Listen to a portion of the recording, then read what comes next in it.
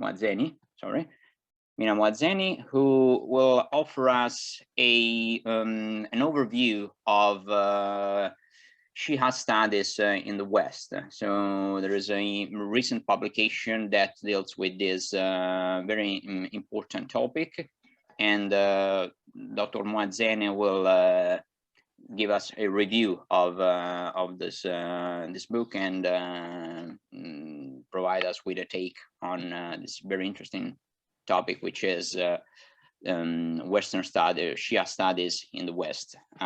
So, Dr. Moazzeni, please, the floor is yours. Perhaps some few problems with the connection. Can you hear me? Yes. Oh, thank you. Yes, we can. Yeah. Good afternoon, and okay, good. Good afternoon. Thank you first of all, thank you to Shirin Zakari and Mina Moazzeni for giving me the opportunity to be here, and also to Professor Ahmad Vand for allowing me to introduce and review his book.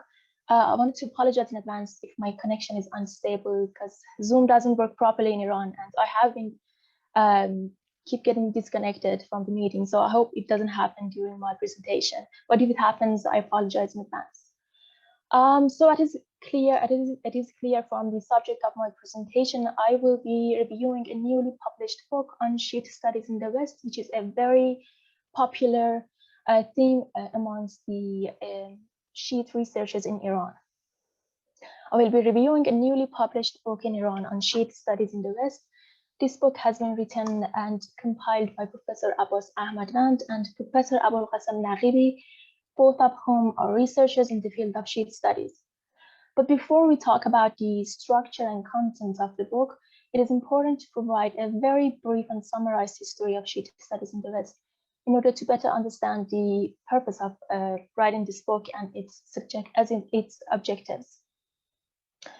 Shiite studies in the West have a long history. As you know, the first time Europeans came across the concept of Shia Islam was during the Crusades, and before that, the knowledge of Islam was limited to Sunni Islam. And during the Crusades, because of the inevitable contacts that were established between East and West, Western historians and scholars became aware of Shi'ism. In fact, it was William of Tyre that first noticed the difference between Shiites and Sunnis and mentioned them in his historical works. And then others became acquainted with the Shiites under his influence. But at that time, the understanding of Shi'ism was very little. And in fact, the Ismailis, also known as the Order of Assassins, were the first Shiite sect to be introduced to Western scholars. And this led to them perceiving Shiites only as rebels against the Islamic Caliphate. Later on, during the 15th and 16th centuries, at the same time as the beginning of Islamic studies in the West, European scholars became interested in learning about Islam, and thus they learned the Arabic language, became acquainted with the important Shiite texts. One of these texts was Nahj al-Balagha, which Antoine Isaac Sylvester Dussas studied in his research on Islam. As we go later on in the 19th century, there were rapid developments taking place. Shiites and Shiite thinking were realizing the studies of great Orientalists. Some important events during this period were that Heinrich Fleischer corrected the book 100 Words by Amir al-Mu'minin Ali by Rashidaddin Watwat and translated and published this book in Germany. And also Gerlof von Vleuten wrote the book Shia and Mahdawiyat during the Umayyad Caliphate, in which he historically explored the formation of various Muslim sects, especially Shiites and their internal beliefs and sects. Also Goldziher has written important works on Shiite studies in Europe and Germany, as well as Julius Wellhausen, Rudolf Schrottmann, who studied Islamic sects, including the Twelver Shiites. So in the midst of their debates about Islam and its internal differences, these scholars addressed the issue of the Shiites as a political conflict with the aim of confronting the authority of the Islamic Caliphate.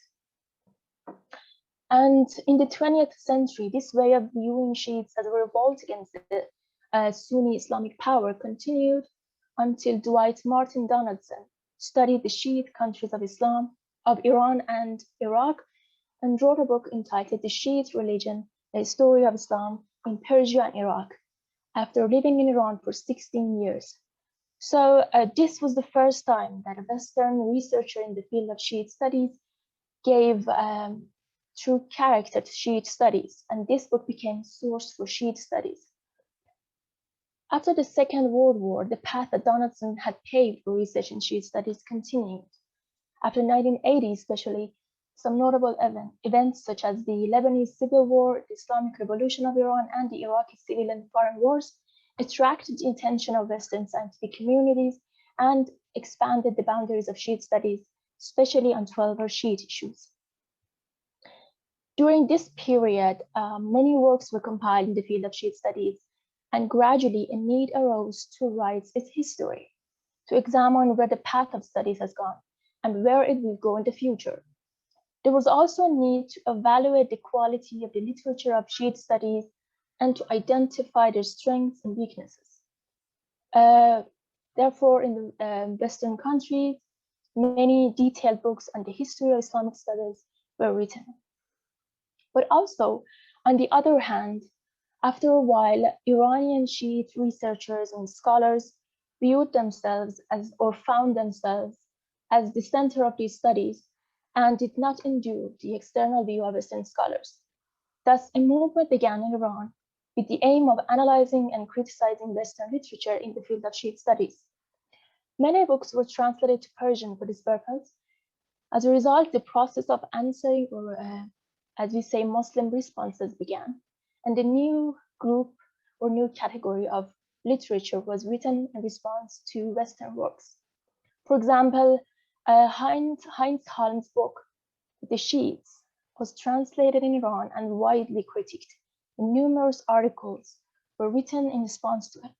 So the group of literature at this time was published by Iranian Shiite scholars in response to Western research. And at this time, we are in a stage where two groups of scholars are discussing Shi'ism. They are researching and writing literature, and also influenced and followed by Western researchers who wrote the history of Shiite studies. A number of Iranian and Arab researchers also wrote similar books. In Iran, the first person to pay attention to the subject of historiography and the study of Shiite studies was Mujtaba Minawi in an article called Islam Through the Eyes of Christians. Later on, the Encyclopedia of Orientalists by Abdurrahman Badawi was translated into Persian, and then an Encyclopedia of Orientalists was compiled at the Iranian Institute for Humanities and Cultural Studies. As we continue, several people have continued this path. For example, an Iranian researcher, Sayyid Mustafa Hosseini Tabatabai, wrote a book called Critique of the Works of Orientalists. Later, Murtaza Asadi wrote a book called Islamic Studies in the English-Speaking West from the Beginning to the Second Vatican Council in 1965. And later, Dr. Mohsen Alviri wrote a book entitled Islamic Studies in the West. So as we see, all of this literature, all of these works sought to examine, categorize, and periodize the works produced in the West and the works produced in response to them, and to study the characteristics of each period, the scholars, historians, their methodology, and also their strengths and weaknesses. Continuing this trend of analyzing the history of Shiite studies, we reach this book on Shiite studies in the West. This book is a collection of 6 articles. Each of these articles is written by a Shiite expert in Iran who has studied this issue from a particular angle or perspective. The first article is in the book examines the history of Shiite studies from the beginning to the present, which I summarized at the beginning of my presentation. Although this article focuses more on studies conducted in the 20th century, but by periodizing previous studies, it shows the impact of the studies of previous centuries in the 20th century. It also focuses on the critical and revisionist approaches into studies from the 20th century and demonstrates the fundamental changes in these studies. According to the conclusions of this article, in the 20th century, the attention of Western scholars to Shiite theology and the Quran increased, and research on Shiite rites and rituals flourished. In opposed to the beginning of Shiite studies, where Shi'ism was viewed as a political rebel against the Sunni Islam. The cultural presence of Shiites in Southeast Asia, East Asia, and the West, as well as the influence of Shiite researchers in Western academics, has also been considered. Moving on to the second article, it examines new research in Shiite history. This article presents some of the research on Shi'ism published in recent decades in English, French, and German, with particular emphasis on the emergence of the Imami Shiite majority, the meaning of Shi'ism among Shiites, and the spread of theoretical unity amongst them.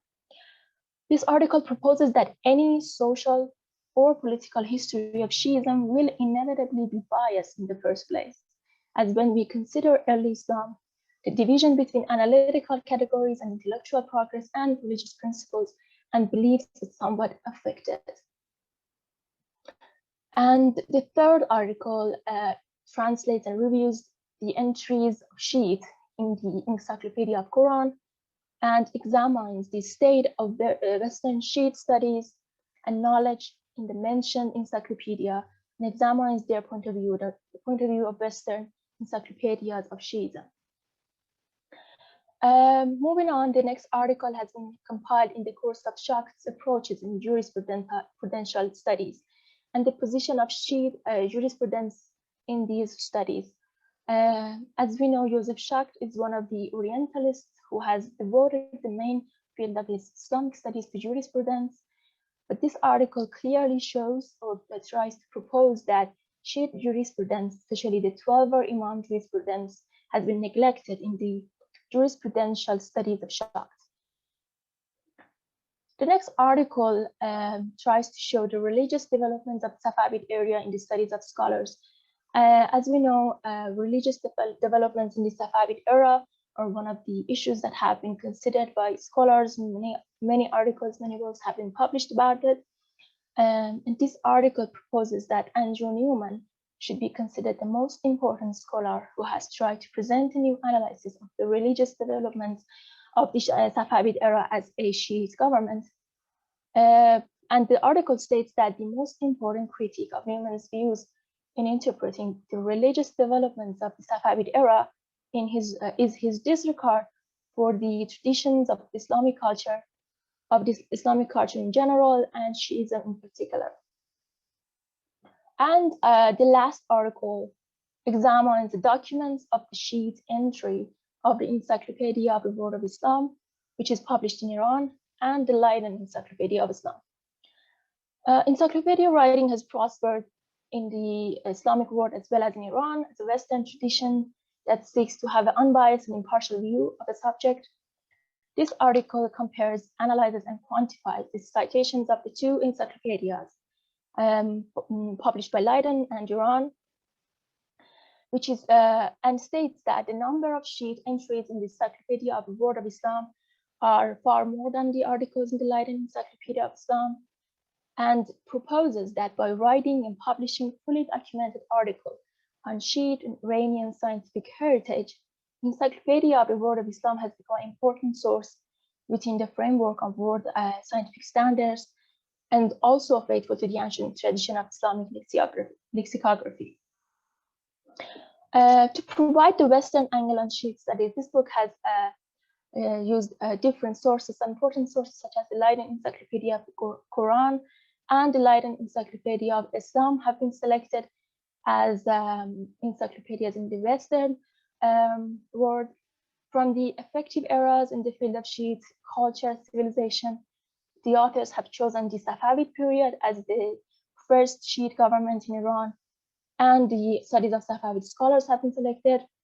And among Shiite scholars, Shahid has been proposed as a researcher in the field of Islamic jurisprudence, as well as Robert Guleev, and an article by him with the title Recent Research into the History of Early Shiism has been selected for as a contemporary work.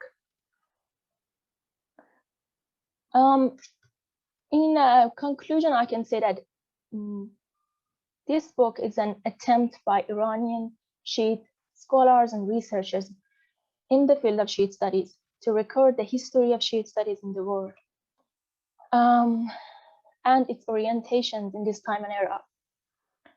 Because recording the history, according to the book, recording the history and path of Shiite studies is one of the most important parts of Shiite studies itself. This book could also be viewed as an attempt to invite researchers around the world to acknowledge Shiite studies in Iran and other Shiite countries and pay closer attention to these studies done by domestic researchers of the Shiite community. The authors strongly agree that scholars in the field of Shiite studies, both in Shiite communities and Western countries, should not only be fully aware of each other's work and their weaknesses and strengths, but also conduct their studies in interaction with each other. The book emphasizes the interaction and cooperation between East and West and the mutual cooperation of scholars of Shiite studies that could lead to the positive direction of future studies. In the end, one of the positive points of this book is examining Shiite studies in the West from the perspective of various Shiite scholars. Although the contributions of Western Shiite scholars to the knowledge of Shiism in the West, and the establishment of the field of Shiite studies, especially studies from the last decade, could have received more attention and it could have been more comprehensive. Also, there is not much information on the studies of Shiite researchers in Iran, apart from the works written to critique Western studies. Since the purpose of this book is to encourage the interaction of Western and Eastern scholars in Shiite studies, it would have been better to have a more comprehensive view of research in this field by both groups, which could be the subject of another book, another more comprehensive book. Of course, the purpose and motive of this book are very important in encouraging interaction and cooperation between researchers from around the world for the benefit of Shiite studies. Thank you for your attention to my presentation, and once again, thank you to the organizers of the conference. Okay, thanks very much, Dr. Moazzeni. This was another very, very interesting perspective on our understanding of the Shia world. Oh, much sorry, I don't have a PhD yet. All right. Okay. So, okay. Yeah. Well, I somewhat promoted you a little earlier, but I'm sure you will get one. So for the moment, sorry. Miss Moazzeni, thanks very much for this overview of Western studies in thank you. Shia studies in the West.